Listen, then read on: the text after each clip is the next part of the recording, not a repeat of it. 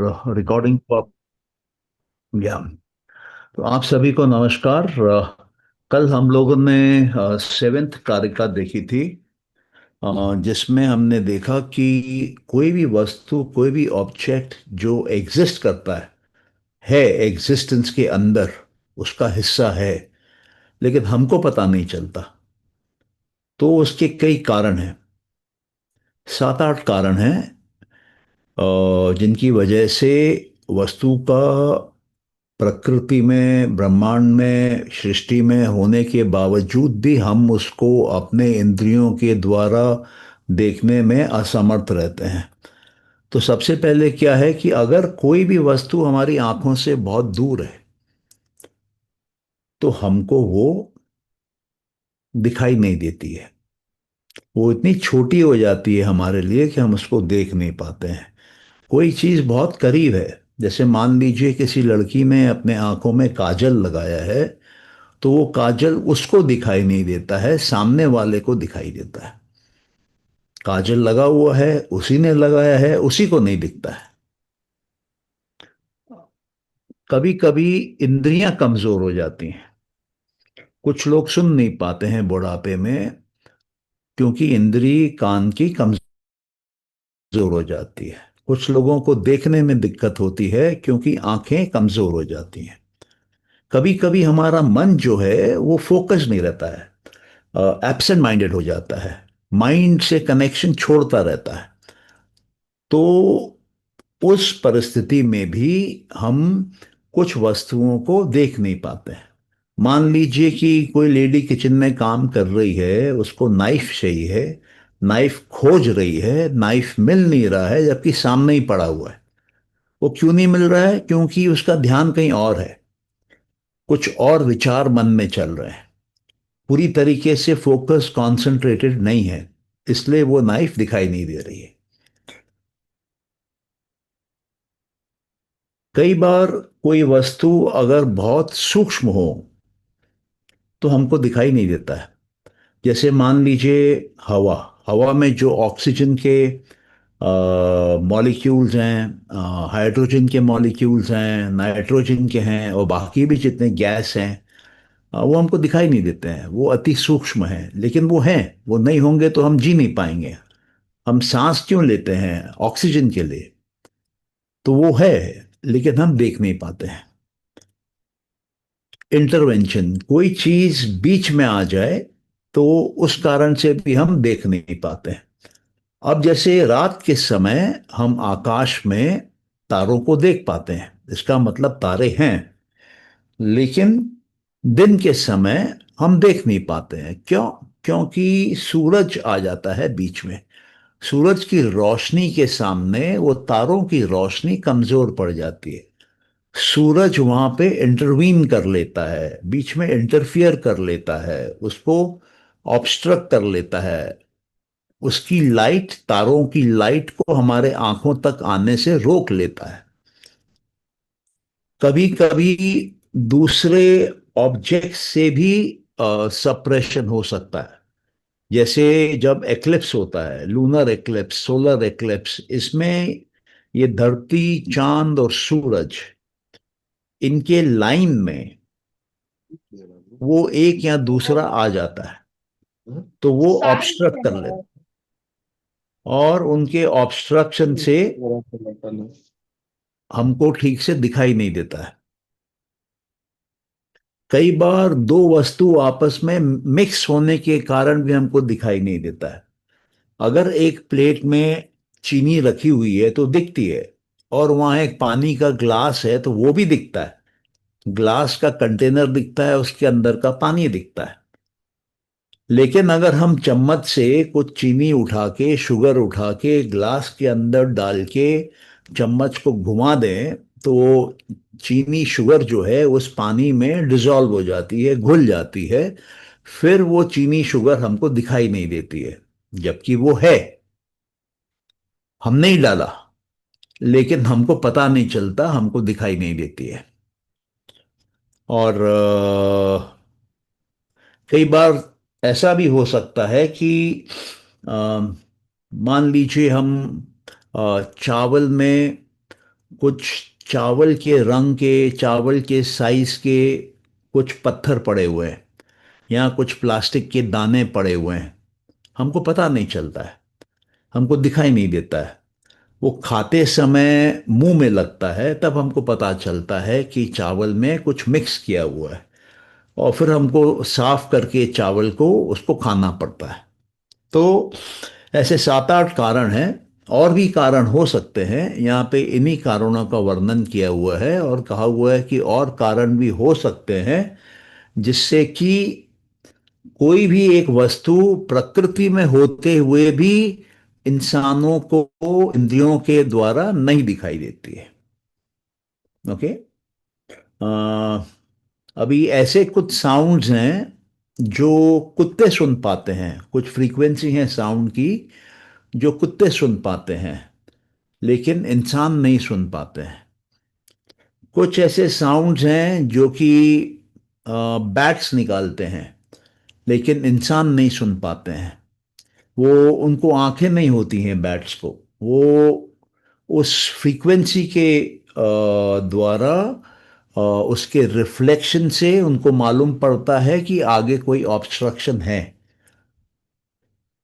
और फिर वो लोग अपना डायरेक्शन चेंज करते हैं। तो काफी वैरायटी है प्रकृति में। और कई चीजों के होते हुए भी हमको पता नहीं चलता है, इसका ये अनुमान नहीं लगाना चाहिए, लॉजिकली इन्फर नहीं करना चाहिए कि वो नहीं है। यही मेन मुद्दा है। क्योंकि हमने ये देखा था कि जो चीज इंद्रियों से नहीं पता चलती है, उसको हम लॉजिक से पता कर सकते हैं, वर्बल टेस्टिमनी से पता कर सकते हैं, रिवील्ड नॉलेज से पता कर सकते हैं। तो इसलिए यहाँ बताया जा रहा है कि कोई चीज अगर नहीं दिख रही है तो उसके 7-8 कारण हो सकते हैं, जिस कारण से वो आपको नहीं दिख रही है। लेकिन कोई आपको उसका अनुमान समझा के, लॉजिकली समझा के बता रहा है तो वो है। या आप किसी एक्सपर्ट की टेस्टिमनी ले रहे हैं तो वो है। या आपको अंदर से ब्रह्म ज्ञान आया, रिवील्ड नॉलेज आया, या आपने शास्त्रों में पढ़ा, योगी ऋषियों की प्रवचन में आए तो वो है। आप उनको मानेंगे, उनको विश्वास करेंगे। तो यहां तक किसी का क्वेश्चन है तो पूछ लीजिए, फिर आगे बढ़ते हैं।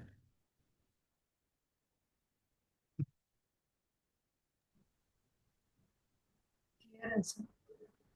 हाँ बोलिए। क्लियर है सर। क्लियर है, ओके, तो आगे बढ़ते हैं।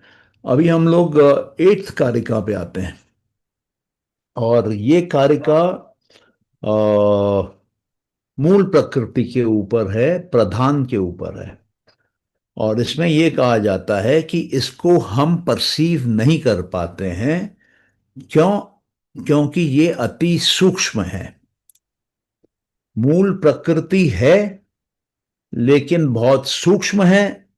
इस कारण से हम इसको प्रत्यक्ष रूप से देख नहीं पाते हैं, अपने इंद्रियों से जान नहीं पाते हैं। और ऐसा नहीं है कि ये नहीं है। ये मत मान लेना कि नहीं दिख रही है तो नहीं है। है, मूल प्रकृति है, प्रधान तत्व है। ये सबसे पहली बात। उसको कैसे पहचानेंगे? जब वो प्रत्यक्ष से नहीं दिख रही है तो उसके इफेक्ट से पहचानेंगे। जैसे हमने पहले देखा था अनुमान में, लॉजिकल इन्फरेंस में, कि जब अग्नि जलती है तो उसका इफेक्ट है स्मोक, धुआं। और हमने कई बार देखा अग्नि को, और हर बार देखा उसमें धुआं निकल रहा है, काला काला या सफेद सफेद। तो हम वो इफेक्ट को देखकर ये अनुमान लगाते हैं, लॉजिकली डिड्यूस करते हैं, इन्फर करते हैं, लॉजिकली कंक्लूड करते हैं कि वहां पर अग्नि है। उसी प्रकार से प्रधान, मूल प्रकृति के इफेक्ट्स को देखकर, उनको परसीव कर कर, उनको प्रत्यक्ष रूप में देखकर मूल प्रकृति के रिजल्ट को, मूल प्रकृति के इफेक्ट को हमको पता चलता है कि मूल प्रकृति है। अगर मैं एक बच्चे को देखूंगा तो मेरे को पता चलता है कि बच्चे की मां है, अगर है नहीं तो थी। बच्चा बिना मां के नहीं आ सकता है। अगर मैं एक छोटे बकरी को देखता हूं तो मुझे मालूम पड़ता है कि एक बड़ी बकरी जो कि मां है इसकी, वो है। अगर मैं एक मच्छर को देखता हूं तो मेरे को मालूम पड़ता है कि ये मच्छर कहीं से आया है, इसकी कोई जननी है। अगर मैं एक चिड़िया को देखता हूं तो मुझे मालूम पड़ता है कि चिड़िया की भी कोई ना कोई मां है। अगर मैं एक आम को देखता हूं तो मुझे मालूम पड़ता है कि ये आम जो है किसी न किसी पेड़ से आया है। अगर मैं एक मछली को देखता हूं तो मुझे मालूम पड़ता है कि ये मछली जो है ये एक दूसरे मछली से आई है। अगर मैं सड़क पे बारिश होते हुए देखता हूं तो मुझे मालूम पड़ता है कि बादल है। बारिश बादल छोड़ के और किसी कारण से नहीं आ सकती है। तो इफेक्ट देख के उसका कारण मालूम पड़ता है और उसका प्रमाण मिलता है, उसका प्रूफ मिलता है। ये इस प्रकार के प्रमाण को अनुमान बोलते हैं, जिसको कि हम लॉजिकली पता लगाते हैं, लॉजिकली डिड्यूस करते हैं। और प्रधान के मूल प्रकृति के इफेक्ट्स कौन से हैं? सबसे पहला इफेक्ट उसका है महत। महत, या आप और साधारण शब्दों में बुद्धि बोल सकते हैं। महत का मतलब होता है महान तत्व। वो महान क्यों है? क्योंकि वो पहला तत्व है प्रकृति का, जो पुरुष और मूल प्रकृति के संभोग से निकला है। वो जन्मदाता है प्रकृति का।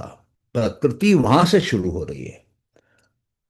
वो एक यूनिवर्सल माइंड है, वो इंडिविजुअल का माइंड नहीं है।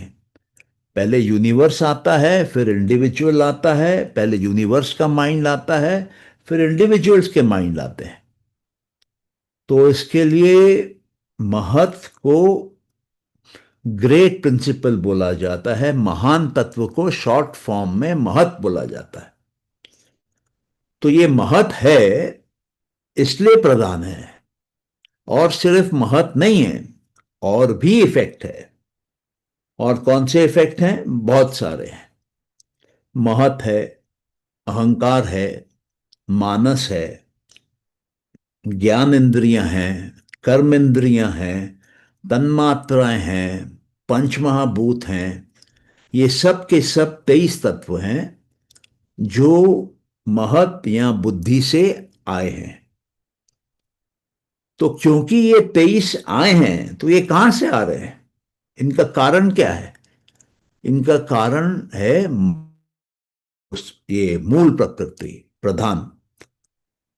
तो इफेक्ट से हम प्रूव करते हैं कि प्रधान है। इफेक्ट से हम अनुमान करते हैं कि प्रधान है। इफेक्ट से हम लॉजिकली पता लगाते हैं कि प्रधान है। जबकि प्रधान हमको दिखता नहीं है, हमारे इंद्रियों को पता नहीं चलता है, प्रत्यक्ष रूप से देखा नहीं जा पा रहा है। लेकिन फिर भी प्रमाण करने का तरीका है, वो है अनुमान के जरिए, अनुमान के द्वारा। और ये जो रिजल्ट्स आ रहे हैं, ये जो इफेक्ट्स आ रहे हैं, कुछ सिमिलर हैं, कुछ डिसिमिलर हैं। मतलब कुछ एक प्रकार के हैं, कुछ अलग प्रकार के हैं। अभी आप देखेंगे तो पंचमहाभूत अलग प्रकार के हैं। आकाश अलग है, हवा अलग है, अग्नि अलग है, जल अलग है, पृथ्वी अलग है। आप ज्ञान इंद्रियों को देखेंगे तो वो अलग अलग है। देखना अलग है, सुनना अलग है, चखना अलग है, सूंघना अलग है, छूना अलग है। अगर आप कर्म इंद्रियों को देखेंगे तो पांचों अलग हैं। आप बुद्धि को देखेंगे, बुद्धि का फंक्शन अलग है, अहंकार का फंक्शन अलग है, मानस का फंक्शन अलग है। तन्मात्राएं जो हैं वो पंचमहाभूत को पैदा कर रही हैं। पंचमहाभूत हम देख पा रहे हैं, तन्मात्राओं को हम देख नहीं पा रहे हैं। तो ये तत्व आ रहे हैं एक ही जगह से, लेकिन कुछ कॉमन भी हैं और कुछ अलग भी है।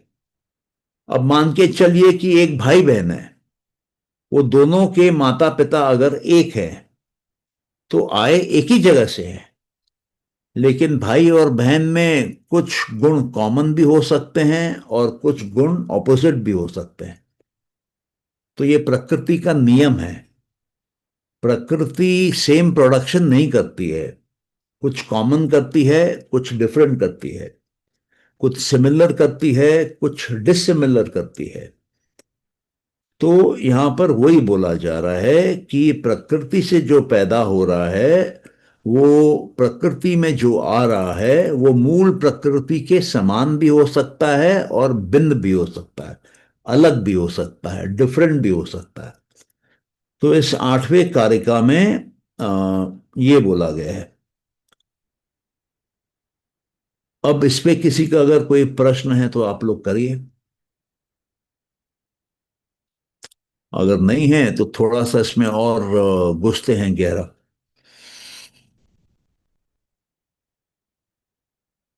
ओके। तो हम बोलते हैं कि मूल प्रकृति को हम परसीव ऐसे करते हैं कि प्रकृति है, महत है, अहंकार है, और मूल प्रकृति अति सूक्ष्म है।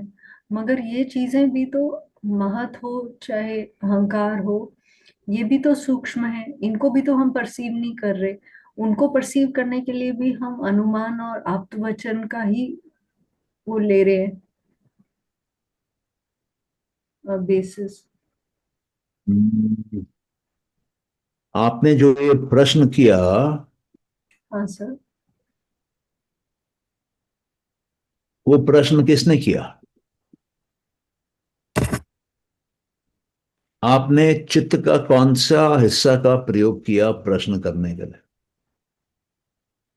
आपका जो मुंह चला, जो आवाज बाहर आई, है ना, लॉजिकल ब्रेन, मानस ने।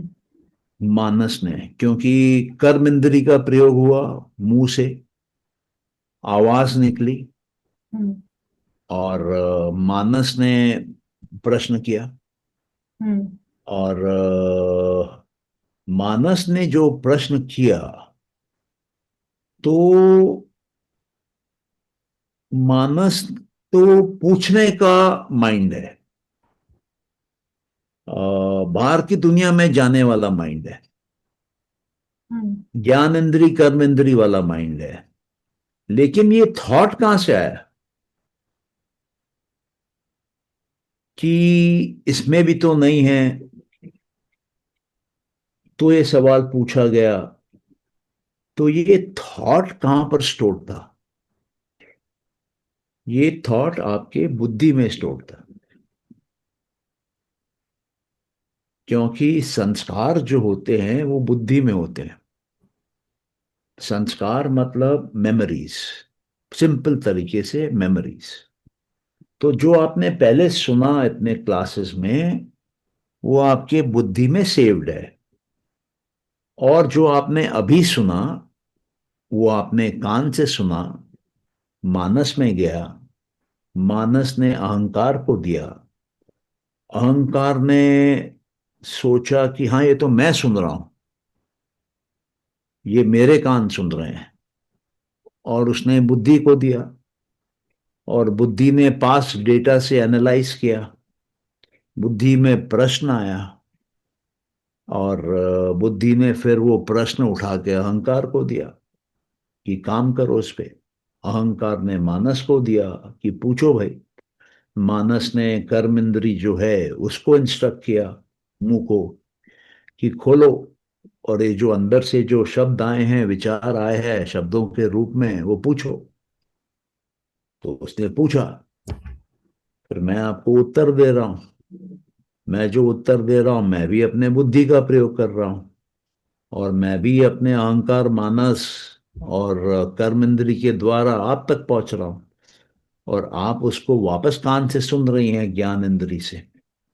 और फिर वो मानस, अहंकार, बुद्धि में जा रहा है।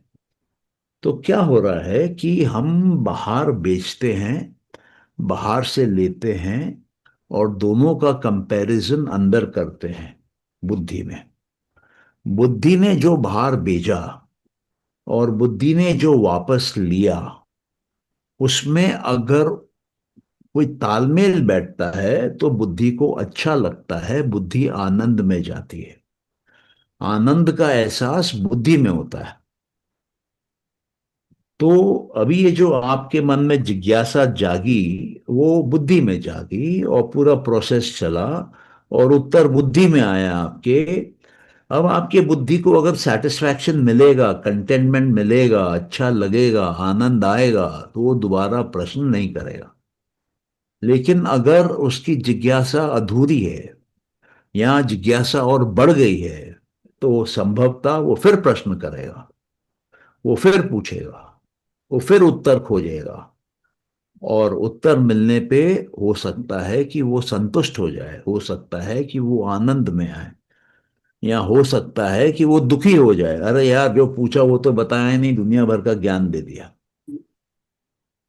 तो ये कांस्टेंट एक प्रोसेस चलता रहता है, इसको भोग बोलते हैं। आपका पुरुष बैठ के बुद्धि में जो ये एक्टिविटी चल रही है और बुद्धि के माध्यम से बाकी तत्वों में चल रही है, उसको भोगता है, उसको बैठ के देखता है, वो दृष्टा है। तो यही पूरा गेम है। और जब पुरुष का भोग कंप्लीट हो जाता है, तब वो बाहर आ जाता है प्रकृति से, उसको और इंटरेस्ट नहीं रहता है। और प्रकृति भी अपना तामझाम वो 23 तत्वों का बांध लेती है,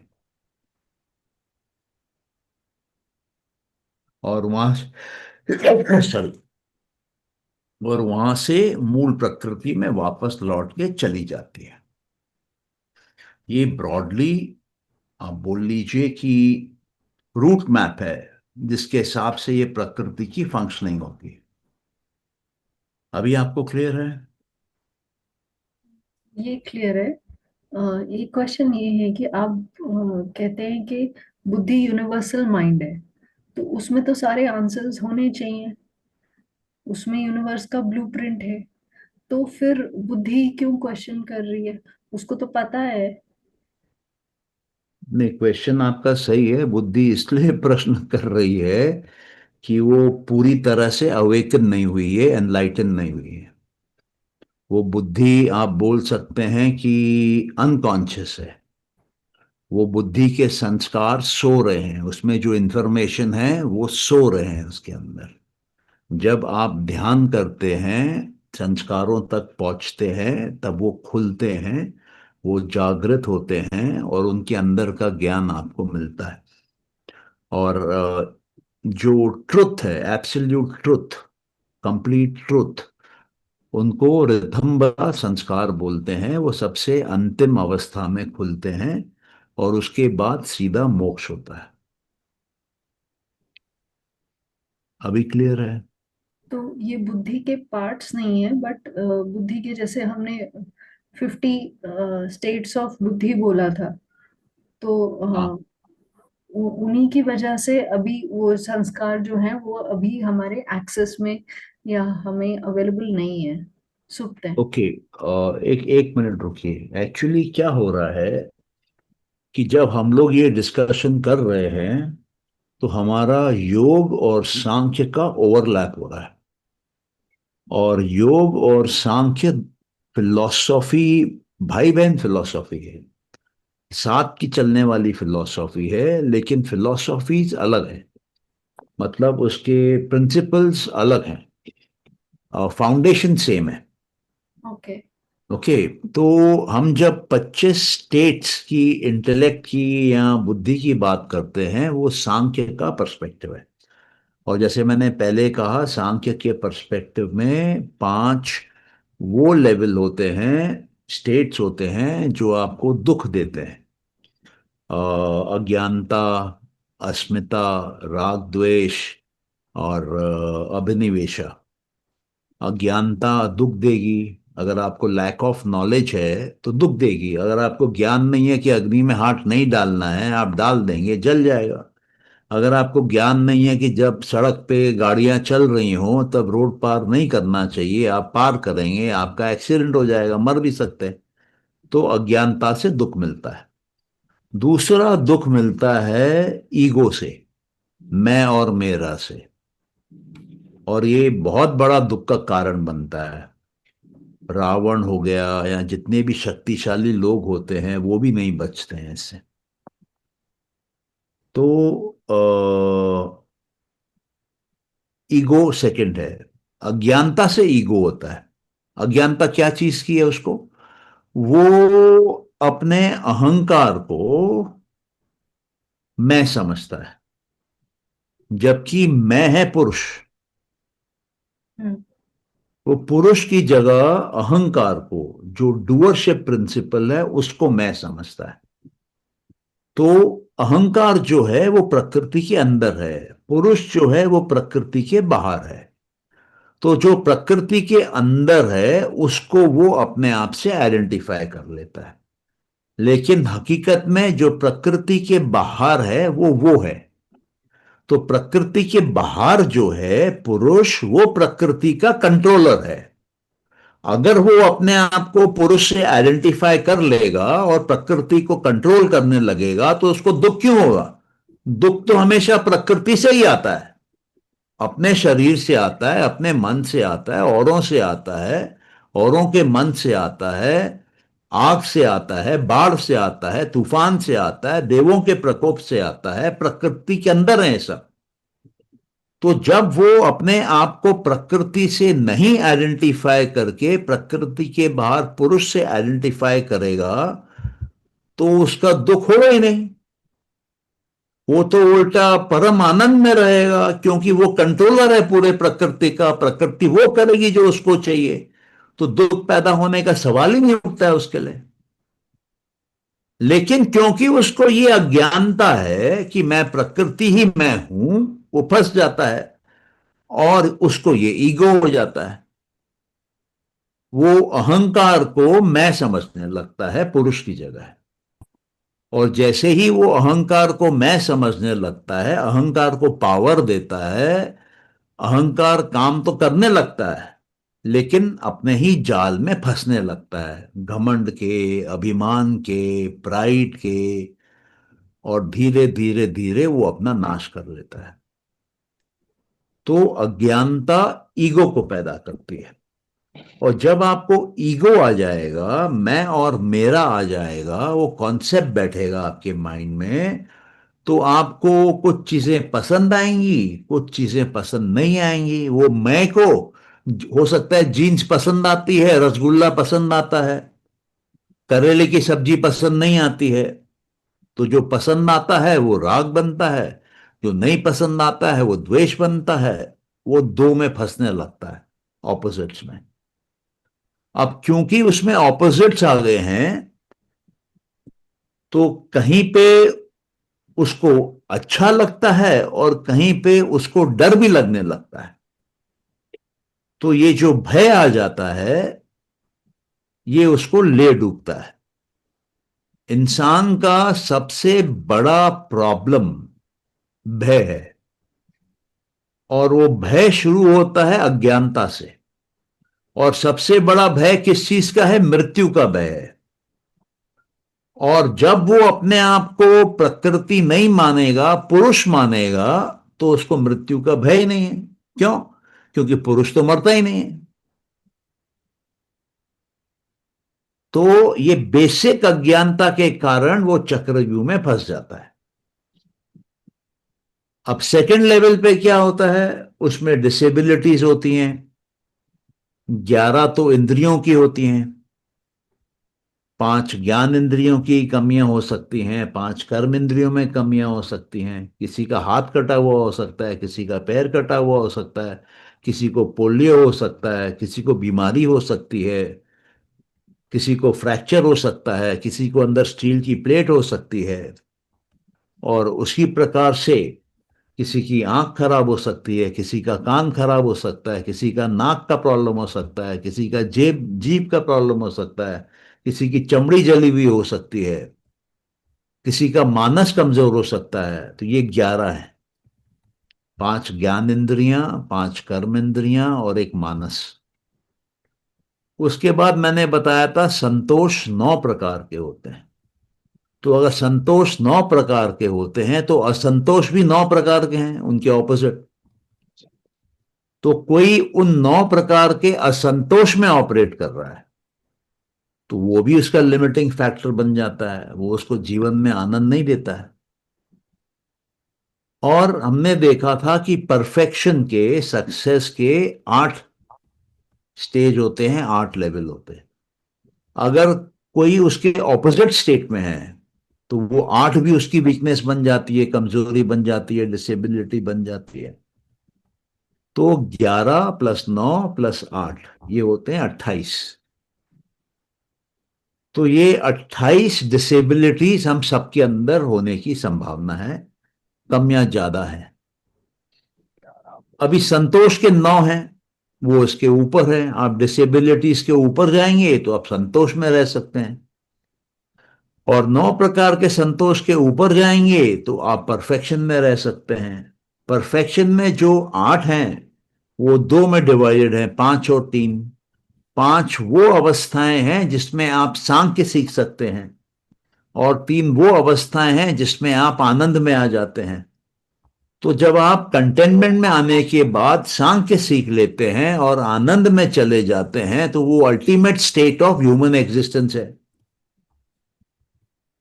तो सांख्य का मार्ग इस तरीके से आता है, पहले आपको पूरा ब्रह्मांड समझा देता है, उसके 25 तत्व समझा देता है, फिर आपको आपकी बुद्धि का समझा देता है। अभी आपको उसी बुद्धि के 50 जो स्टेट है उस पे काम करना है। आपको अपनी अज्ञानता कम करते रहनी है, अपना ईगो कम करते रहना है, अपने लाइक्स डिसलाइक्स कम करते रहना है, भय कम करते रहना है, इंद्रियों को एक्टिव करते रहना है, कंटेनमेंट में रहना है, परफेक्शन में रहना है। तो आप धीरे धीरे, सेल्फ इंप्रूवमेंट का ये प्रोग्राम है, धीरे धीरे आप मोस्ट एडवांस स्टेट तक पहुंच जाएंगे, परफेक्ट मैन बन जाएंगे, सुपरमैन बन जाएंगे। ये क्लियर है? Yes sir, clear. Okay. Thank you sir. जी हाँ बोलिए। क्लियर है सर। क्लियर है, ओके। सर ये जो 3 प्रकार के आप बोल रहे हैं जानने के लिए, प्रत्यक्ष, अनुमान और श्रुति, और जो भी मतलब उनके जो, जब हम प्रत्यक्ष अनुमान तो हो गया, जब श्रुति की बात आ जाती है तो क्या शिष्य सिलेक्ट कर सकता है गुरु को? क्योंकि शिष्य तो कम में है ना, तो फिर वो सिलेक्ट कर सकता है कि ये इससे मैं सुनूंगा करके या इससे मैं ज्ञान लूंगा करके। और तो वैसे तो फिर गलत हो जाएगा, क्योंकि उसका बुद्धि में जितना है तो उसका दूसरा मतलब जो आदमी है वो तत्वों के मुताबिक कम नॉलेज हो पर बुद्धि थोड़ा ज्यादा हो तो वो उसको गलत तरीके से ले लेगा फिर, मतलब गलत रास्ते से या गलत जो आप बोल सकते हैं मार्ग से ले लेगा फिर। नहीं, थोड़ा सा अ, दोबारा से बोलो, बिकॉज आवाज क्लियर नहीं आ रही थी, मैं पूरा पकड़ नहीं पाया आपकी बात। ये जो 3 तरीका आपने बताए थे ज्ञान 3 लेने के लिए, तरीका? हाँ मतलब मतलब प्रत्यक्ष, अनुमान और श्रुति, यानी ये से सुनकर, ये है ना, जो अपना ज्ञान हाँ। लेने के लिए या किसी चीज को जानने के लिए। नहीं, ज्ञान लेने के लिए नहीं, सही ज्ञान का प्रमाण है ये। हाँ, सही ज्ञान का प्रमाण।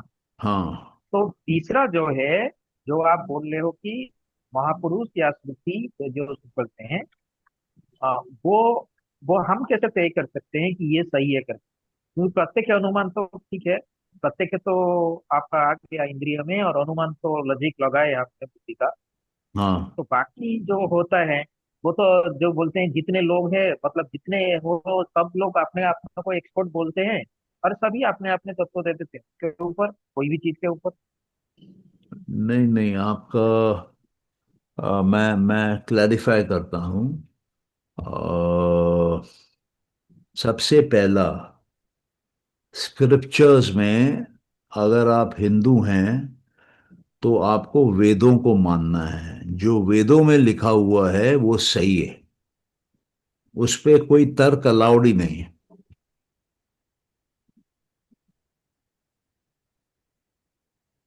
अब आप बोलिए। तो वैसे हमारा एक शास्त्र भी जो होता है, तर्क शास्त्र बोलते हैं, लॉजिक, तो बोलते हैं कि वेदों का भी तर्क के जरिए ही आप समझिए, ऐसा भी बोला जाता है ना। हमारा वेदों तो का, हिंदी तर्क वेदों का क्या बोल रहे हैं मतलब आप, वेदों का? वेदों का जो श्लोक है या वेदों का जो वाक्य है, उनको उसको भी तर्क के साथ ही समझिए या तर्क के साथ ही लीजिए। इसलिए तो तर्क नहीं शास्त्र नहीं है उसके साथ साथ, हेल्प करने के लिए। नहीं, वेदों को आपको कोट करके समझाना पड़ता है तर्क में, क्योंकि वेद बेसिक नॉलेज है, रिवील्ड नॉलेज है, ब्रह्म ज्ञान है, अंदर से आया है, ईश्वर का दिया हुआ समझ लीजिए आप उसको। जिस भाषा में आप समझ सकते हैं, पकड़ सकते हैं, पकड़ लीजिए। अभी अगर कोई मुस्लिम है तो जो कुरान में लिखा हुआ है उसके लिए वो सही है, उसमें कोई डिबेट नहीं है। कोई क्रिश्चियन है, क्रिश्चियनिटी को मानता है, तो जो बाइबल में लिखा है उसके लिए वो सही है, उसमें कोई डिबेट नहीं है। कोई सिख है। और हाँ, ये अगर आपस में अगर विरोध करते हैं तो, हाँ, कर जैसे सकते हैं वेद का विरोध। लिखा और कुरान के साथ अगर आपस में विरोध करते हैं नहीं, तो फिर आपस में क्या होगा? मतलब कौन? आपस में मतलब वेद को मानने वाले और कुरान को मानने वाले, हाँ, अगर करते जब हैं ना। जब हाँ, वो तो तो फिर करते तो ही फिर हैं क्या? उसमें। वो तो करते ही हैं। वो तो वेद के अंदर भी करते हैं। वेदांत जो है वो 5 प्रकार के हैं। सांख्य जो है उसमें ईश्वर नहीं है, योग में ईश्वर है। वेदांत का ईश्वर अलग है, योग का ईश्वर अलग है, सांख्य में ईश्वर ही नहीं है। तो वेद के 6 दर्शन शास्त्र हैं। 4 वेद हैं, 6 दर्शन शास्त्र हैं। दर्शन शास्त्र मतलब वो फिलॉसफी जो आपको कंप्लीट रियलिटी का दर्शन कराती है। तो ये ओपन टू इंटरप्रिटेशन है। इंटरप्रेट करने के बाद वेदों पे 6 एक्सेप्ट किए गए। अभी आपको क्लियर हुआ? जी जी जी। अभी आप देखेंगे वेदांत में अद्वैत है, द्वैत है, अद्वैत द्वैत ऐसे करके, मुझे पता नहीं 5 हैं लेकिन वेदांत में अलग अलग इनके गुरुओं के। तत्वसी। माधवाचार्य हैं, शंकराचार्य हैं, और एक चार्य हैं, आचार्य नाम मेरे को याद नहीं पड़ता, एक एक शायद कर्नाटका से हैं। निम्बकाचार्य, हाँ, रामानुजाचार्य, हाँ, Shankaracharya, Ramanujacharya, Nimbarkacharya. Right right right. तो ये 3 तो इन्हीं के हैं, और भी 2 हैं। तो इन लोगों ने अपने हिसाब से प्रूफ किया है।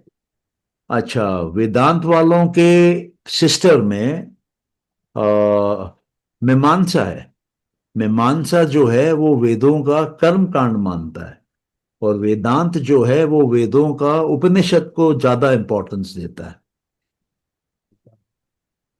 अभी जैसे मुस्लिम्स हैं तो उनमें भी 2 कम्युनिटी हैं मेन, सुन्नी हैं और शिया हैं। हाँ जी। फिर भी और भी मुस्लिम्स हैं, हम्म। और भी कई प्रकार के मुस्लिम्स हैं, सूफी हैं, अहमदिया हैं, बोरी मुस्लिम हैं। और ये लोग आपस में बहुत ज्यादा जरूरी नहीं है फ्रेंडली हों, शिया सुन्नी एक दूसरे को मारते हैं, लेकिन मुस्लिम है।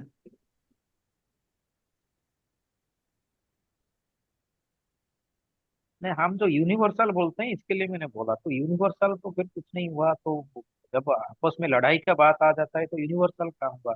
मतलब नहीं, कोई कुछ आप मतलब कोई। आप आप समझ नहीं रहे हैं कि हम लोग जो बात कर रहे हैं उसमें ये बोल रहे हैं कि जो 25 तत्व है उसमें पुरुष भी आप ही हैं, मूल प्रकृति भी आप ही हैं, बुद्धि भी आप ही हैं, अहंकार भी आप ही हैं, मानस भी आप ही हैं, 5 ज्ञान इंद्रियां आप ही हैं, 5 कर्म इंद्रियां आप ही हैं, 5 तन्मात्राएं आप ही हैं, और पंच महाभूत भी आप ही पैदा कर रहे हैं। ये जो दुनिया आपको दिख रही है वो आपकी अकेले की इंडिविजुअल क्रिएशन है। आप समझ रहे हैं कि ये बनी बनाई दुनिया में आपने एंट्री किया और आप एग्जिट करेंगे, ऐसा नहीं है। सांख्य ये बोलता है कि आप क्रिएट कर रहे हैं। तभी तो आप वो डायग्राम देखेंगे तो अहंकार से तन्मात्राएं बनती हैं, तन्मात्राओं से पंचमहाभूत बनते हैं। क्यों बनते हैं? अगर बनी बनाई दुनिया है तो ये तत्वों को बनाया क्यों गया है और इस तरीके से क्यों समझाया गया है? मैंने कई बार बोला है कि अल्बर्ट आइंस्टाइन रविंद्रनाथ टैगोर से पूछे थे कि चांद को देखता हूं तो चांद दिखता है, और चांद से मुंह फिरा लेता हूं तो चांद रहता है कि नहीं रहता है। उनका प्रश्न था कि चांद को मैं तो नहीं पैदा कर रहा हूं, मेरे देखने से तो चांद नहीं पैदा हो रहा है। तो साइंस ये बोलती है कि जहां पर भी कॉन्शियसनेस जाता है, क्वांटम मैटर के पास, क्वांटम एनर्जी के पास, वहां वाइब्रेशन होती है, वहां क्रिएशन होता है। जो सांख्य में लिखा हुआ है वही आज साइंस बोलती है। और आप एक पुरुष हैं और मूल प्रकृति एक है। आप एक पुरुष उस एक मूल प्रकृति से अपनी एक प्रकृति बना रहे हैं। मैं भी एक पुरुष हूं और मैं भी आप ही के मूल प्रकृति को देख के अपनी प्रकृति बना रहा हूं। और यहां पे अगर 23 लोग हैं तो वो 23 लोग उसी एक मूल प्रकृति को देख के अपनी 23 प्रकृतियां बना रहे हैं। तो 23 पुरुष हैं इस समय जूम सेशन पे, लेकिन मूल प्रकृति एक है इस समय जूम सेशन पे।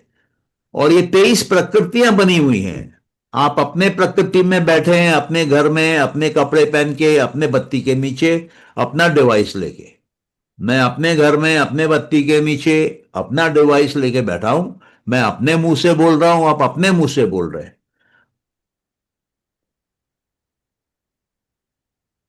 आपके लिए आपको मेरा पुरुष दिखाई नहीं दे रहा है, लेकिन आपने पढ़ लिया है कि सब में पुरुष है, इसलिए आप ये मान ले रहे हैं कि आपको मेरा पुरुष दिखाई दे रहा है। आपको मेरा शरीर दिखाई दे रहा है, आपको पंचमहाभूत दिखाई दे रहा है। और जब जब आप मेरे को देख रहे हैं तब आप मेरे को पैदा कर रहे हैं अपने अहंकार से। तो सवाल यह उठता है कि आपका अहंकार मेरा शरीर कैसे पैदा कर रहा है? क्योंकि आपकी बुद्धि और मेरी बुद्धि एक है, वो कॉमन पॉइंट है। वो इंफॉर्मेशन इंडिविजुअल माइंड को दे रही है कि क्या प्रोड्यूस करना है।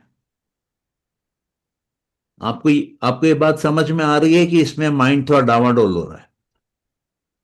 नहीं, ये तो समझ में आ रहा है, बट मेरा जो प्रश्न था उससे मतलब थोड़ा सा ये हो गया।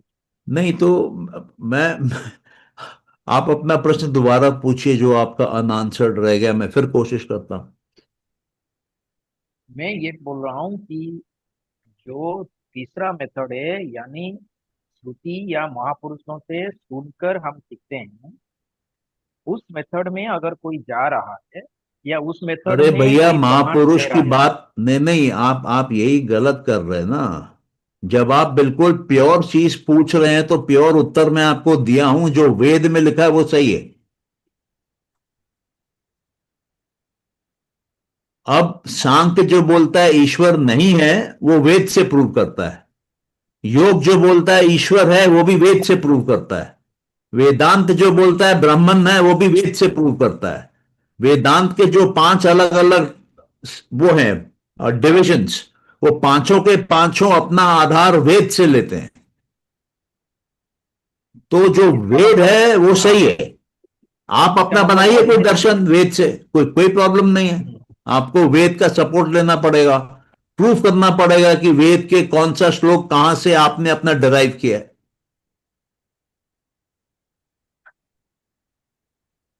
अभी आपको तो ये क्लियर हुआ? सांख्य, हाँ जी, सांख्य भी वेद से ही सपोर्ट करता है फिर? हाँ, वेद से मैं बोला हूं कई बार, वेद से 6 दर्शन शास्त्र हैं, षट दर्शन बोलते हैं। हाँ, स्वदर्शन। और जो वेद से नहीं है, हाँ, वो दो तीन है। नहीं नहीं, वो बता देता हूं। बुद्धिज्म है, जैनिज्म है, चारवाक है, पुराने समय के हिसाब से। नए में सिखिज्म जुड़ा है।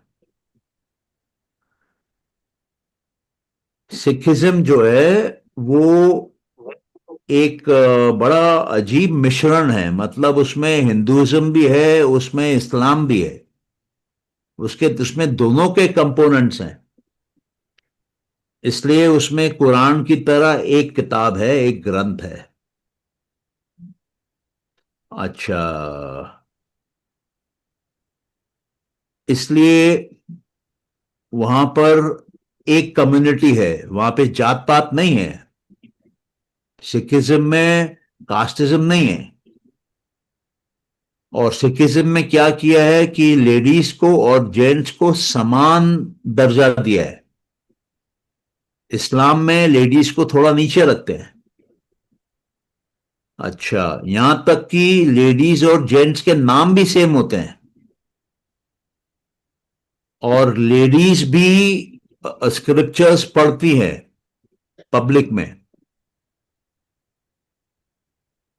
और वो भी वॉरियर्स बन सकती हैं। उनको भी तलवार चलाना, आर्म्स चलाना सिखाया जाता है। लेडीज भी कृपाण कैरी करती हैं। तो लेटेस्ट जो आया है वो सिखिज्म है। और नानक जो थे वो नमाज भी पढ़ते थे मस्जिदों में जाके।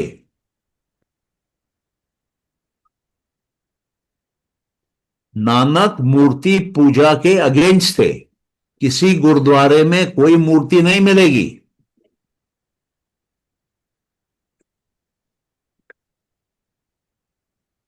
नानक ब्राह्मण समाज के अगेंस्ट थे।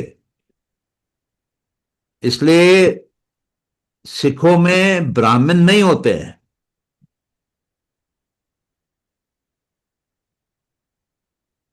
उनके यहां कोई हवन नहीं होता है।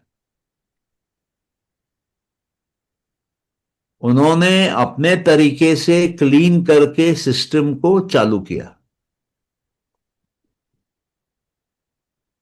नानक मक्का भी होके आए। नानक के खटाऊ मक्का में रखे हुए हैं कि जो मुस्लिम वहां मक्का में आते हैं दर्शन करने, वो खटाऊ के दर्शन करेंगे। ऑफिशियली इस्लाम के द्वारा, वहां के मौलवी मौलानाओं के द्वारा जब नानक वहां गए थे, वो सिस्टम एस्टेब्लिश किया गया। वो नानक को हाईली रिस्पेक्ट करते थे। आप करतारपुर में जाएंगे, जो बॉर्डर पे है, अमृतसर बॉर्डर पे है, 2 किलोमीटर अंदर जाना पड़ता है। वहां गुरुद्वारा है। गुरुद्वारे के एक साइड नानक की मजार है और एक साइड नानक की समाधि है। मुस्लिम लोग आते हैं वहां दर्शन करने हजारों में। और यहां से हिंदू जाते हैं हजारों में। और अंदर गुरुद्वारे के अंदर दोनों दोनों देश के लोग एक साथ बैठते हैं। और निकलते वक्त पाकिस्तान वाले अपने साइड जाते हैं, हिंदुस्तान वाले अमृतसर आते हैं। जब नानक का देहांत हुआ था तो मुस्लिम बोले हम ले जाएंगे शरीर को, हिंदू बोले हम ले जाएंगे शरीर को। तो वो उनके लिए बाबा हैं, पीर हैं। और हिंदुओं के लिए गुरु हैं। अभी समझ में आ रही है क्या बोल रहा हूं? जी जी जी। तो गुरु ग्रंथ साहब में जो बाणी है, जो शब्द है, वो कबीर के भी हैं, फरीद के भी हैं, बहुत सारों के हैं, बहुत सारे मुस्लिम्स के हैं, फकीरों के हैं, बहुत सारों के। और जी। तुमको सुन के ताज्जुब होगा कि जो गोल्डन टेम्पल का फाउंडेशन स्टोन है वो एक मुस्लिम ने रखा है, मियां मीर ने रखा है। अच्छा। तो परंतु क्या बाद है में कि बाद हाँ, में हाँ, बाद में जो गुरु गोविंद सिंह के टाइम पे फिर वो तो बहुत मतलब जितना मैंने पढ़ा है बहुत विरोध थे जो इस्लाम का गुरु मतलब। गोविंद सिंह को इस्लाम से विरोध नहीं था, औरंगजेब से था। अच्छा। सिख तेग धर्म बहादुर में भी में थे। सिख धर्म में सारे इंसान समान माने जाते हैं। लंगर चलता है तो किसी का जात, किसी का धर्म नहीं पूछा जाता है। किसी भी गुरुद्वारे में मनाई नहीं होती है। हिंदू मंदिरों में बोलते हैं अगर आप हिंदू नहीं हो तो अंदर नहीं जाएंगे।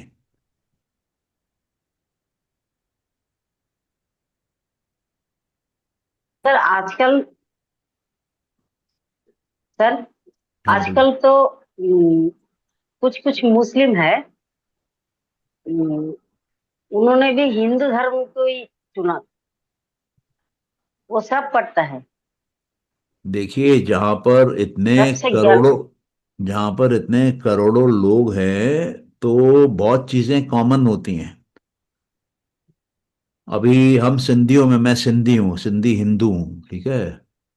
हम्म, हम लोगों में झूलेलाल साईं की बहुत सिंधी मानते हैं, बिग परसेंटेज, मतलब मेरे ख्याल से 50, 60, 70% हो सकता है, 80 भी हो सकता है। तो एक दिन मुझे मालूम पड़ा कि ये मुस्लिम थे, मुस्लिम पीर थे, मुस्लिम फकीर थे, इनकी मस्जिद है पाकिस्तान में। तो मेरे को तो समझ में नहीं आया पहले कि मैंने क्या पढ़ा। आप लोगों ने वो गाना सुना होगा, दमादम मस्त कलंदर। हाँ हाँ। सुना है वो सर। वो वो सॉन्ग एक पीर के लिए, फकीर के लिए सूफी गाना है वो। लोग ये भी प्रश्न उठाते हैं कि सूफी मुस्लिम है क्या। और सूफियों को सुनेंगे आप तो वो राम का नाम भी लेंगे और अल्लाह का नाम भी लेंगे। लेकिन वो जिस राम का नाम लेते हैं वो दशरथ का बेटा राम नहीं है। वो राम मतलब वो परमेश्वर राम की बात हो रही है, निर्गुण राम की बात हो रही है। गुरु ग्रंथ साहब में राम का नाम 2000 से ऊपर बार होगा, लेकिन वो राम दशरथ का बेटा राम नहीं है। वो अयोध्या वाला राम नहीं है। नहीं। वो शरीरधारी राम नहीं है।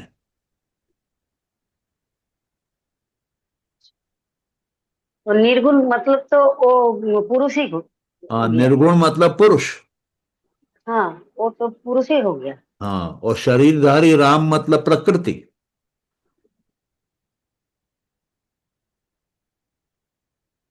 नहीं, हम लोग जो मोबाइल में देखता है तो बहुत सारे मुस्लिम आजकल हिंदू धर्म को मानते हैं। क्यों मानते उस हैं मेरा मालूम नहीं है।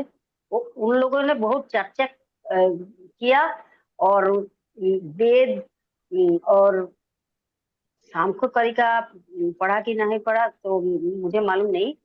तो अरे, आपको आपको हिंदी। क्या फर्क ठीक है पड़ता है? सर। आपको क्या फर्क पड़ता है कि मुसलमान हिंदू हो जाए या हिंदू मुसलमान हो जाए? क्योंकि बात क्या चल रही है? बात चल रही है कि आप ईश्वर को मानते हैं कि नहीं मानते हैं।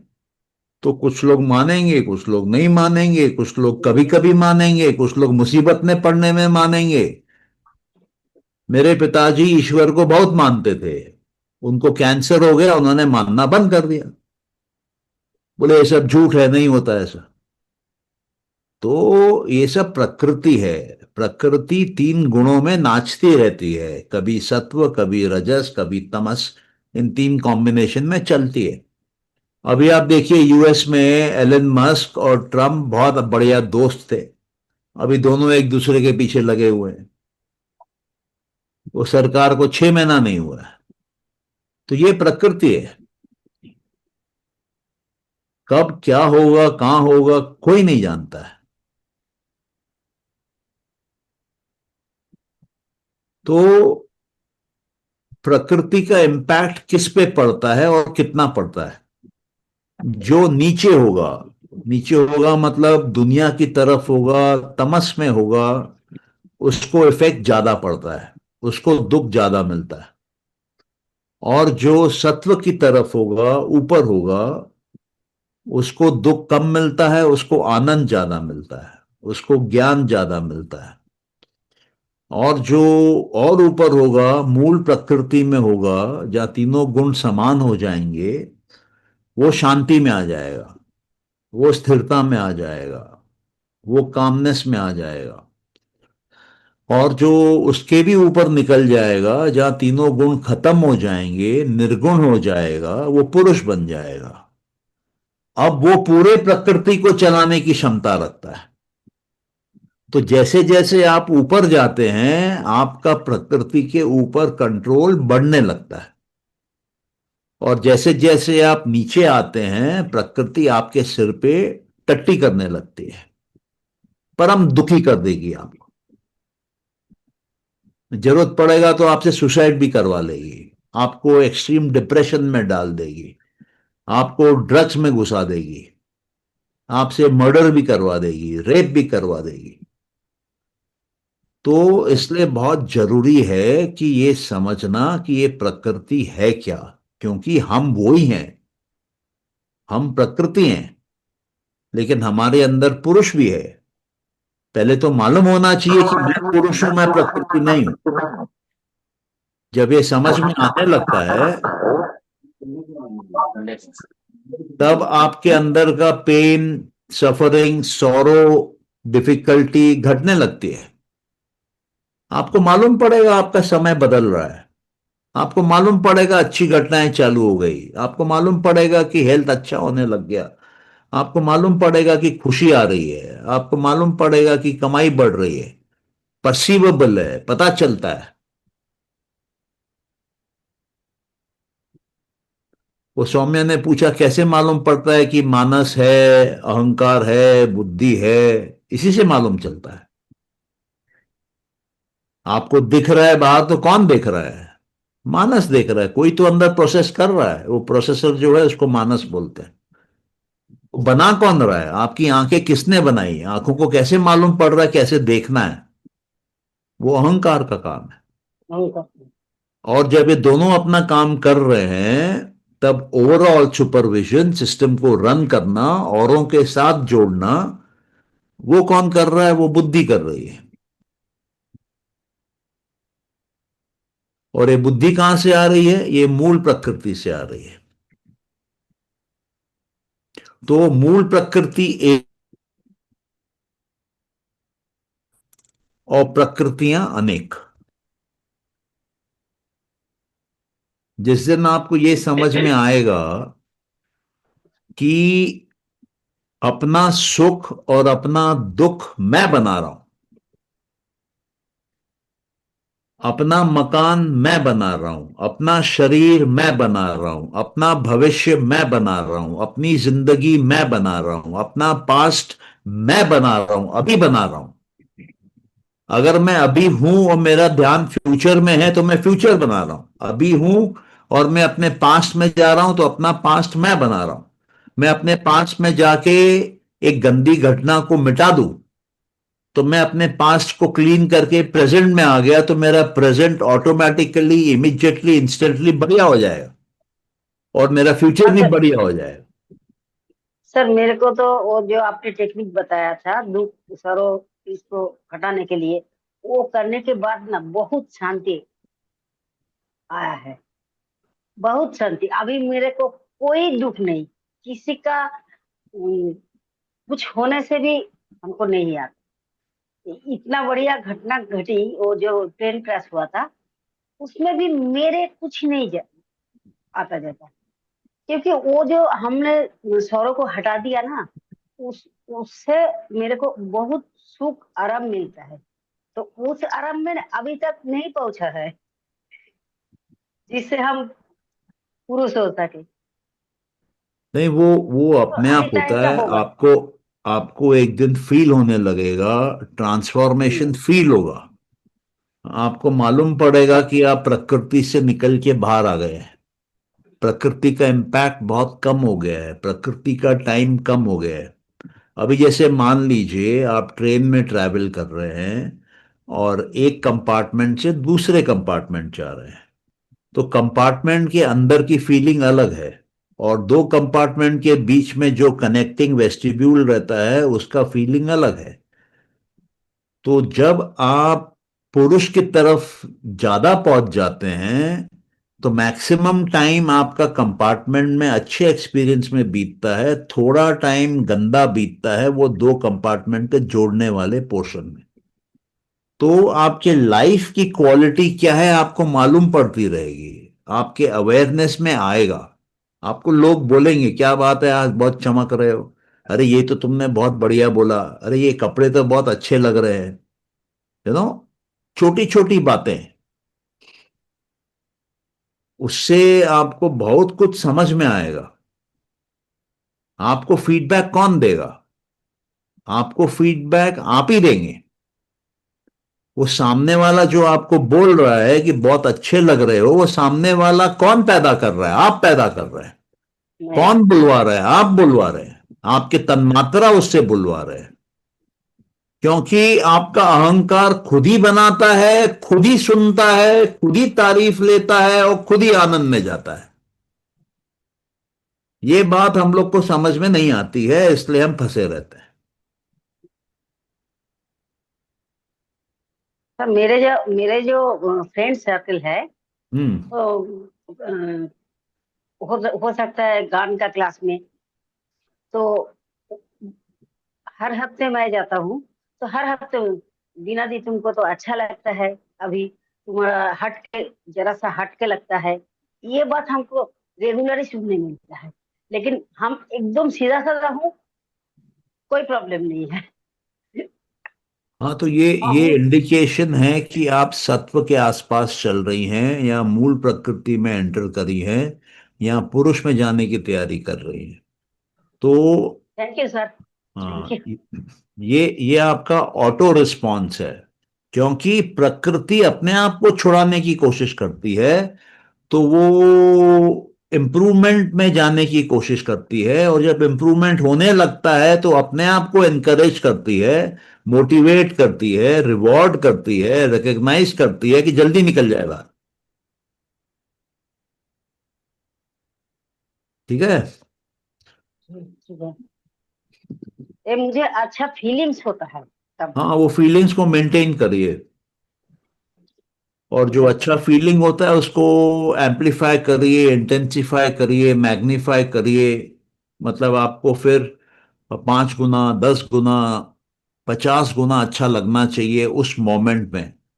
इतना अच्छा लगना चाहिए कि वो आपका शरीर मतलब फटने लगेगा अच्छाई से। वो आनंद आनंद आप कंट्रोल नहीं कर पाएंगी उस बॉडी के डोमेन में।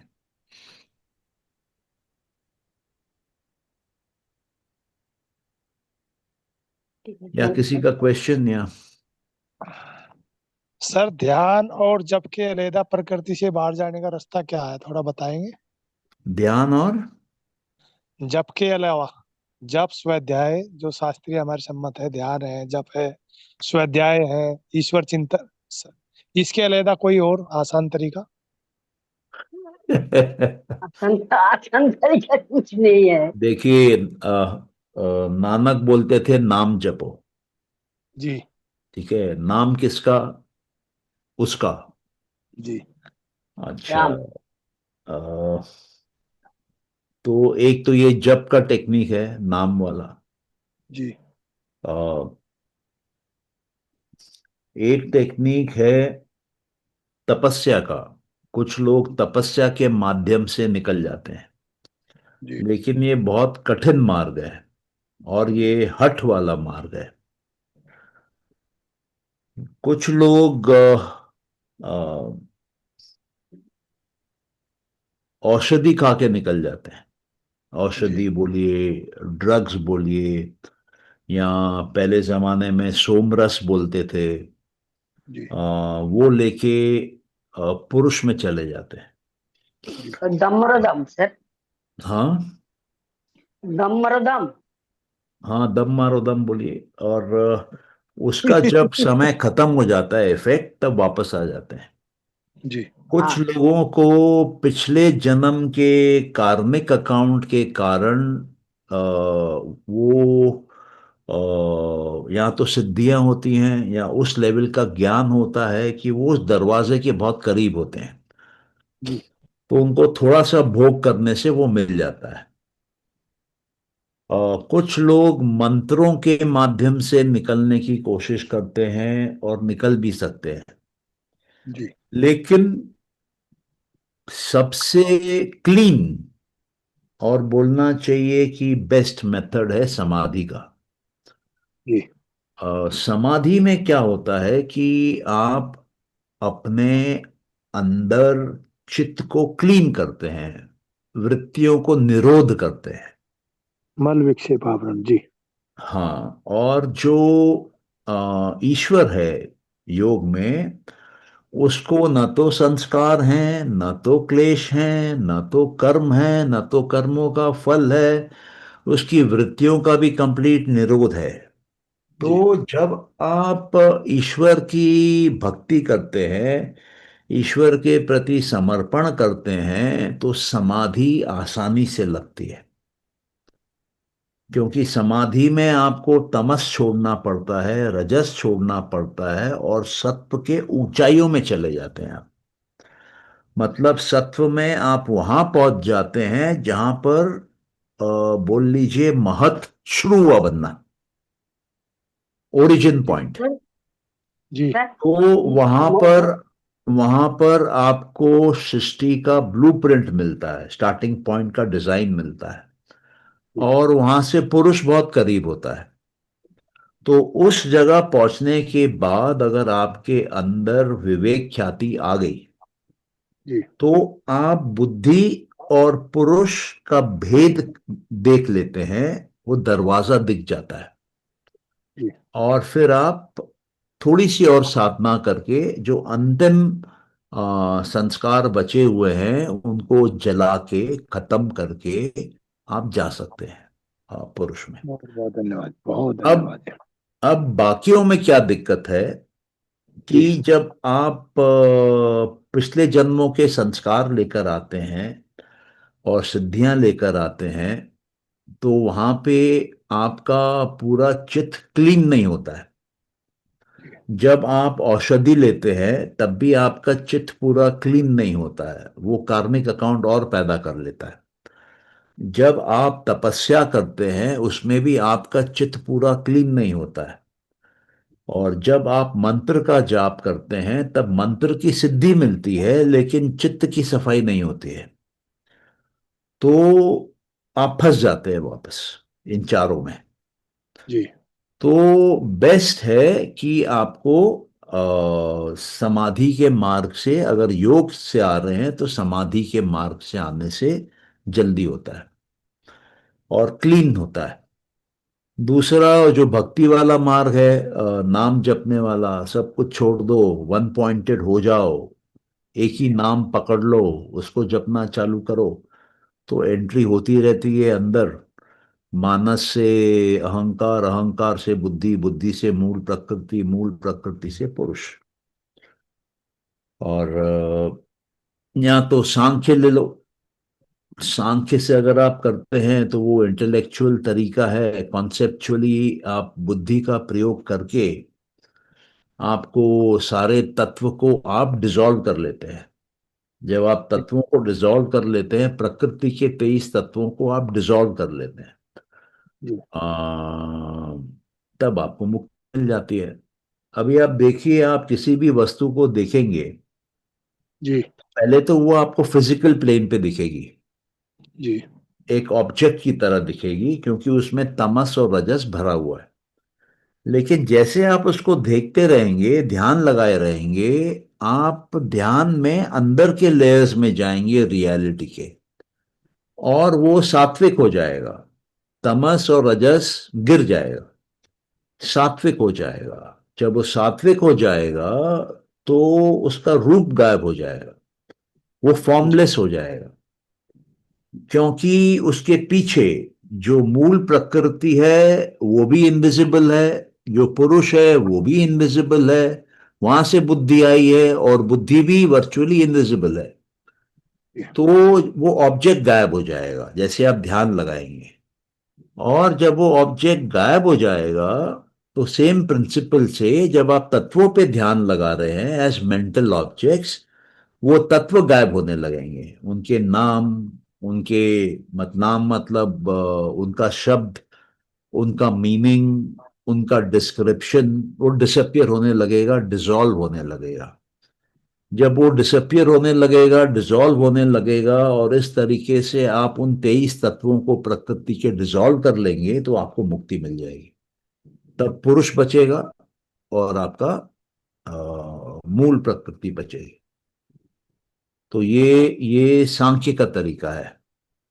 और इसको करने का दूसरा तरीका ये भी है कि जो मैंने पहले बताया कि 5 अज्ञानताएं हैं, उसके ऊपर 28 शॉर्टकमिंग्स हैं, उसके ऊपर 9 कंटेनमेंट हैं, उसके ऊपर 8 परफेक्शन हैं, वो सीढ़ी चढ़ के भी आप वहां तक पहुंच सकते हैं।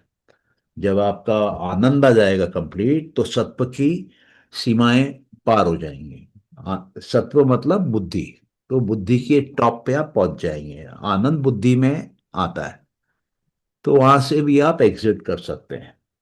तीसरा तरीका एग्जिट का हो सकता है कि अगर आप कुंडलिनी योग का प्रैक्टिस करते हैं तो वो हठ के माध्यम से, आसन प्राणायाम के माध्यम से, कुंभक के माध्यम से प्राणों को ऊपर चढ़ा के उसके बाद उस पे आप उसको राजयोग बोल लीजिए, चित्त को मारना, प्राणों को रोक देना, चित्त को मार देना, फिर उसमें आप आत्मा में लीन हो जाते हैं, पुरुष में लीन हो जाते हैं। जब प्राण खत्म हो जाएंगे तब चित्त मर जाएगा। जी। तो प्राणों को खत्म करने के लिए ही ये किया जाता है, कुंडलिनी योग से प्राणों को ऊपर चढ़ाया जाता है बीच वाली से, ताकि द्वंद्व खत्म हो जाए। योग में द्वंद्व खत्म करने के लिए आसन बोला जाता है, सुख स्थिर आसन, और उसमें बोला जाता है कि बिना एफर्ट के आप अनंत पे ध्यान लगाइए, अनंत पे ध्यान लगाने से आपका द्वंद्व खत्म हो जाएगा। तो ये आसन के स्टेप से ही कुंडलिनी का जो ईड़ा और पिंगला नाड़ी का जो डिसबैलेंस को बैलेंस किया जाता है। और जो चौथा उसमें वो है अष्टांग में अंग प्राणायाम का, वही प्राणायाम का टेक्निक कुंडलिनी योग में भी यूज किया जाता है। जब ये प्राण ऊपर चले जाते हैं और फिर प्राणों को बंद किया जाता है और चित्त को सुलाया जाता है, और चित्त के खत्म होते ही आपका योग हो जाता है पुरुष के साथ। तो टेक्निक वही है, लेकिन योग वाली टेक्निक ये आपकी पतंजलि योग वाली टेक्निक सबसे प्योर मानी जाती है। सांख्य हाईली इंटेलिजेंट लोगों के लिए है क्योंकि वो कॉन्सेप्चुअल है, और जो कुंडलिनी वाली है वो हठ योगी का है, लेकिन वो उन लोगों के लिए है जो गुरु के संपर्क में है, फिजिकली प्रेजेंट है गुरु। वरना कुंडलिनी योग बहुत प्रॉब्लम क्रिएट कर सकती है, गुरु आपको सेफली राइज करा के ला सकता है। यही है ब्रॉडली। मैं आशा करता हूं मैंने आपके प्रश्न का ना ना उत्तर। ना ना, बहुत सुंदर, बहुत संतुष्ट हूँ मैं, बहुत बहुत धन्यवाद। हाँ वेलकम। आपने हर तरीके से आपने समझाने का वो किया और मैं संतुष्ट हूँ इससे। चलिए बहुत बढ़िया। हाँ तो अभी क्लोज करेंगे, किसी को और भी प्रश्न है? माइक माइक बंद है। अ, मेरा एक क्वेश्चन है, क्योंकि मैं जो जब मंत्र उच्चारण करती हूँ, क्या मंत्र करती हैं? से पूजा करती हूँ, मंत्र मंत्र मंत्र, हाँ। मंत्र से पूजा करती हूँ, तो हम्म। उसका जो वाइब्रेशन, हम्म। ये भी एक तो तरीका है। देखिए, ऐसा है कि मंत्र से आपको पावर आएगा। मंत्र अधिकतर सिद्धियों के लिए रहता है, ठीक है। लेकिन मंत्र से आपको ऑल राउंड प्योरिटी नहीं आएगी, अनलेस आप जैसे ओम जैसा बीज मंत्र का प्रयोग कर रहे हैं। और नहीं, मैं तो दो ही करता हूँ। वो जो मंत्र है वो भी पढ़ता हूँ, और ओम तो करते ही हूँ, और ध्यान में लगाता हूँ। ये दो करता हूँ। नहीं, मैं आपको उत्तर दे रहा हूं कि जैसे ओम है, अगर आप ओम करती हैं और ओम का ध्यान करते वक्त आप ये मन में लाती हैं कि अ से आपकी चेतना जो है वो मानस से ऊपर आ रही है, ऊ में अहंकार तक आ रही है, म में बुद्धि तक आ रही है, और जो शांति होती है उसके बाद दो ओम के बीच में गैप होता है, उसमें मूल प्रकृति में आ जा रही है और पुरुष में जाके ठहर रही है, और उसके बाद वापस वो साइकिल शुरू कर रही है, मानस से अहंकार, अहंकार से बुद्धि, बुद्धि से मूल प्रकृति, मूल प्रकृति से पुरुष। अगर आप ये ध्यान के साथ, ये अवेयरनेस के साथ, ये मेमोरी के साथ करेंगे तो आपका मानस क्लीन हो जाएगा, अहंकार क्लीन हो जाएगा, बुद्धि क्लीन हो जाएगी, उसकी वृत्तियां चली जाएंगी, उसके संस्कार चले जाएंगे, उसके कर्म चले जाएंगे, क्लेश मिट जाएंगे, ठीक है। थैंक यू या सर। तो दूसरा या तो दूसरा, आप ओम को ईश्वर मानिए और उसमें संस्कार शून्य है। तो ओम का जाप करते वक्त आप ईश्वर को याद करिए कि उसमें वो शून्यता है, उसमें संस्कार नहीं है। तो वो भी करते करते क्या होगा कि आपकी अवस्था शून्यता वाली आ जाएगी, आपका चित्त शून्य हो जाएगा। तो वो एक सेकंड तरीका है। इन दोनों तरीकों से आप फंडामेंटल लेवल पे काम कर रही हैं। लेकिन जब आप मंत्र कोई शब्दों वाला, कोई शक्ति के लिए, कोई देवी देवता के लिए प्रयोग करते हैं तो आप उसी शक्ति को जगाते हैं, और वो शक्ति जागेगी, वो अपना काम करेगी। लेकिन वो टोटलिटी नहीं है, वो कंप्लीटनेस नहीं है। वो प्रकृति में आपको बेनिफिट देगी, लेकिन वो आपको मोक्ष नहीं दिलाएगी। वो आपको प्रकृति पे कंप्लीट कंट्रोल नहीं देगी। जो मंत्र का जाप हो रहा है उस एरिया का कंट्रोल देगी। ठीक अभी है सर। समझ में आया आपको? हाँ। हाँ हाँ हाँ हाँ, ठीक है। Thank you sir. वेलकम। हम्म, अभी क्लोज करें? सर भक्ति हाँ मार्ग सर। भी तो है। हाँ, क्या सौम्या? सर भक्ति मार्ग भी तो है, आपने ईश्वर प्रणिधान। हाँ, भक्ति मार्ग है। मतलब मैंने जब नाम जपने वाला बात बोला, वो भक्ति है। जैसे मीरा कृष्ण का नाम जपती रहती थी, नानक अपने जो भी उनके प्रियतम हैं उनका नाम जपते रहते हैं। मुस्लिम कम्युनिटी में वो लोग अल्लाह का जाप करते हैं, अल्लाह के अराउंड सेंटर्ड रहते हैं। कुछ लोग शिवोहम के अराउंड सेंटर्ड रहते हैं, कुछ लोग कृष्ण के अराउंड सेंटर्ड रहते हैं, कुछ लोग राम के अराउंड सेंटर्ड रहते हैं। तो ये सब नाम है। ये देवी देवता ईश्वर या जो मांगता है बोलिए, उनका नाम है। जब तक आप नाम पे फोकस्ड हैं तब तक ठीक है। अगर वो नाम निर्गुण है तो वो हाईएस्ट स्टेट में आप चले गए। लेकिन वो नाम के अगर गुण हैं कि सीता का राम, लवकुश का पिता राम, रावण को मारने वाला राम, अयोध्या का राम, तो राम को आपने बांध दिया, बॉन्डेज में डाल दिया राम। और उस राम की पूजा करने से आप भी साथ में बॉन्डेज में आ जाएं। और निर्गुण राम मतलब वो नाम जो है वो सिर्फ एक रिप्रेजेंटेशन है उसकी। वो राम भी हो सकता है, आम भी हो सकता है, कोई फर्क नहीं पड़ता उससे। वो सिर्फ एक सिंबॉलिक रिप्रेजेंटेशन है। आप राम बोलो, ओम बोलो, कुछ भी बोलो, आप आप उसको सिंबॉलिकली निर्गुण से देख रहे हैं, निराकार से देख रहे हैं, निर्विचार से देख रहे हैं, पुरुष से देख रहे हैं, तो ठीक है, बढ़िया है। ठीक है, तुमको आंसर मिल रहा है सौम्या, की कुछ अभी डाउट है? जैसे आप मीरा का बोल रहे हैं, हम्म। उनका तो सगुण से ही ज्यादा नहीं था। मैं समझा नहीं, मीरा का सगुन से? जैसे आप मीरा का एग्जाम्पल दे रहे हैं, हम्म। तो उनकी भक्ति तो सगुण भक्ति ही थी। नहीं, पहले हमने चालू किया भक्ति मार्ग से कि भक्ति क्या है ना, तो मैंने मीरा का एग्जाम्पल दिया। हम्म। फिर मैं बोला कि सगुण नहीं होकर के निर्गुण होने से हायर लेवल पे जाता है। तो फिर मैंने बोला कि राम जो है वो सीता का राम नहीं, लवकुश का राम नहीं, रावण को मारने वाले का राम नहीं, अयोध्या का राम नहीं। राम एक रिप्रेजेंटेशन है, एक नाम है। जैसे कुछ लोग कृष्ण को मानते हैं, तो जैसे बोलते हैं ना इस्कॉन, वो है सोसाइटी फॉर कृष्णा कॉन्शियसनेस।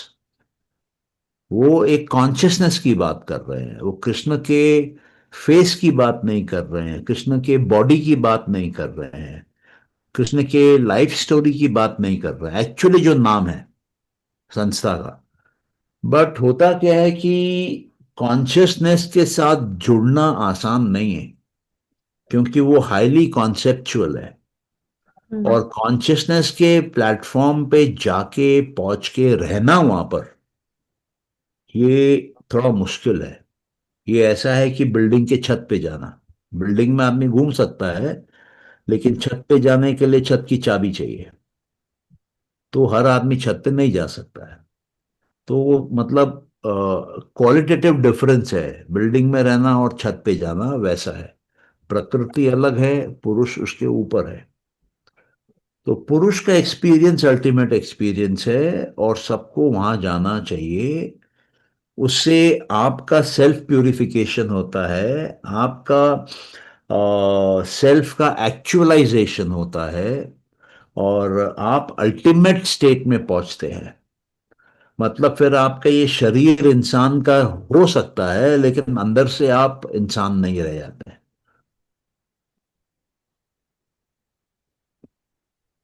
अभी समझ में आएगी बात? ये लास्ट लाइन नहीं समझ में आया कि हम हमारा शरीर हो सकता है मगर अंदर से हम, मतलब कैसे? प्यूरिफाई हो गया, हाँ। वो प्यूरिफाई हो गया हाँ, अंदर मतलब से। आप अंदर जो आपका इन्फानाइट है, हाँ। इन्फानाइट प्रेजेंस है, प्योर कॉन्शियसनेस है, उस स्टेट में आप पहुंच गए। वो बाहर कंटेनर है बॉडी का, लेकिन अंदर आप अपने ओरिजिनल प्योर स्टेट में पहुंच गए। हम्म। अभी समझ में आया? हम्म। हाँ हाँ। वो हाँ सर। प्योर स्टेट में अभी पहुंचने के बाद भी हम बॉडी में रिटेन रहते हैं, तो फिर हम कर्म नहीं और बढ़ते जाते, कर्म संस्कार वो नहीं होता फिर नहीं अक्यूमुलेट। तो तुमको कैसे मालूम कि वहां पहुंचने के बाद ऐसा होता है? नहीं, जो लोग मतलब लाइफ में रहते हुए अगर कोई उस स्टेट को, उस कॉन्शियसनेस को अचीव करता है, हाँ। तो फिर भी उनकी लाइफ चलती रहती है, तो हाँ। क्या रिमेनिंग लाइफ में हाँ, उनके संस्कार और कर्म अक्यूमुलेट नहीं होते? वो अगर निष्काम कर्म करते हैं तो अक्यूमुलेट नहीं होते। अगर वो सेल्फलेस काम करते हैं तो नहीं होते। अगर वो सेल्फिश करते हैं तो होते हैं।